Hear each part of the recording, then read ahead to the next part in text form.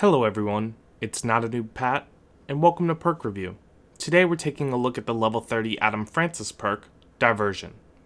After standing in the killer's terror radius for 45 seconds while not being chased, you earn a Diversion Pebble.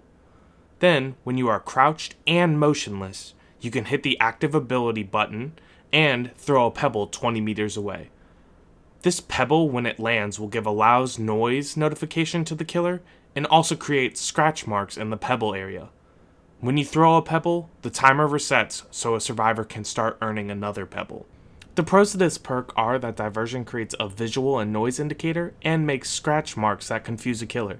It's also helpful that this perk accrues time on the hook, so even if you don't spend time sitting in a killer's terror radius, there's still a chance you can earn your pebble from being on the hook, as you earn a pebble when you are being carried to the hook or when the killer walks away from the hook. Then obviously no spoilers, but this perk is a bit of a meme. It is a lot more fun to use than helpful to use, if you get what I mean. The cons are that 45 seconds to activate is a bit long. This is especially true because some killers have an extremely small terror radius, so it's tough to build up that 45 seconds multiple times in a game. Finally, I alluded to it earlier, killers know this perk is in the game. 20 meters isn't particularly far. It's just a tough perk to get a lot of use out of. Let's get into our demonstration. This is an example of a situation where you are in a killer's terror radius, but not in chase. You can see Diversion is starting to accrue in the perk section in the bottom right corner. Here, you can see that after I'm hit down, I'm obviously no longer in a chase, but still in the terror radius of the killer. So survivors will continue to accrue Diversion time from as soon as they are hit down to the time they are hooked and the killer walks far enough away that the survivor is no longer in their terror radius. You can see here that the Diversion perk timer will rotate counterclockwise until completion at 45 seconds.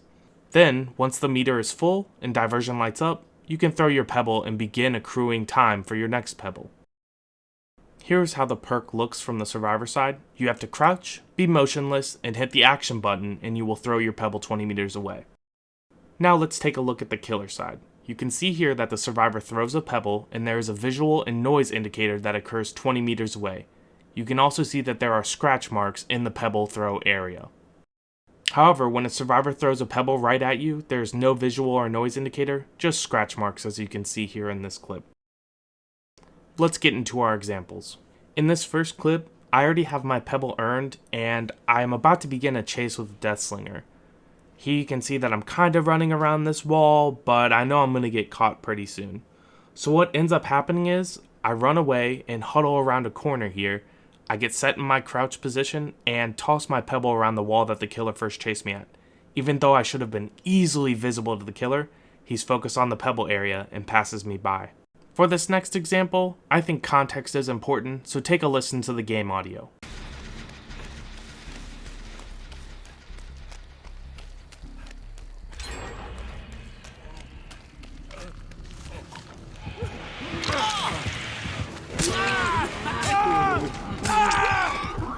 As you guys have probably figured out, we have a Bubba who is hiding with Insidious, so he has no terror radius. Nevertheless, I'm going to try my best to get saves even though Jane decides to give up on the hook when I'm coming for her, but I'm going to go down here. The cannibal runs out. Let's take another listen to the game audio.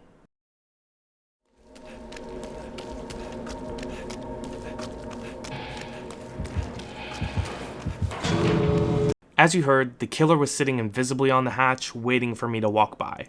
Then he shut it and comes out for blood. Fortunately, I have my pebble and sit behind a rock and throw it at the opposite door. This actually keeps the killer occupied long enough that he investigates the area, opens lockers, and checks the door while I'm completing the door on the other side. Now the killer is going to realize this and run over once he hears my door starting to open, but it's too late. I'm actually going to get an escape because of this perk. Let's give it a grade. Diversion is a 4 out of 10. Could be a bit higher, could be a bit lower, but I thought a 4 was fair. Ultimately, getting this perk to 45 seconds is a chore unless being around the killer at all times is your thing. It seems a little high given the utility of this perk. Then, having to be completely still and crouched to throw the pebble is a bit annoying. It'd be a bit better if you could at least toss the pebble while moving in the crouch position. This perk just feels a bit clunky in my opinion. Finally, this perk largely varies on the killer's character and the killer's skill level. Getting this against a killer with a small or no terror radius is obviously very inhibiting. Then this perk just isn't going to work against red rank killers. They know this perk exists and they aren't going to get fazed by it. Even if it works once, they're going to realize you have this perk and they're not going to fall for it again. So this perk works best with killers who haven't even reached rank 10 yet. That being said, this perk is a fun little meme. It's definitely a meme perk, not to be taken as a serious tool that can win you games. If you value having fun with builds rather than only focusing on getting escapes, you'd probably enjoy using this perk. That goes without saying that this perk isn't a top 10 survivor perk in the game, so if you're only going for escapes, you should probably use a better perk. Thank you guys so much for watching. I hope you guys enjoyed this video. If you did, make sure to leave it a like. If you want to check out more perk reviews, there are plenty of links in the description below. You should also take some time to visit my channel and make sure to subscribe. Take it easy. Again, thank you for watching.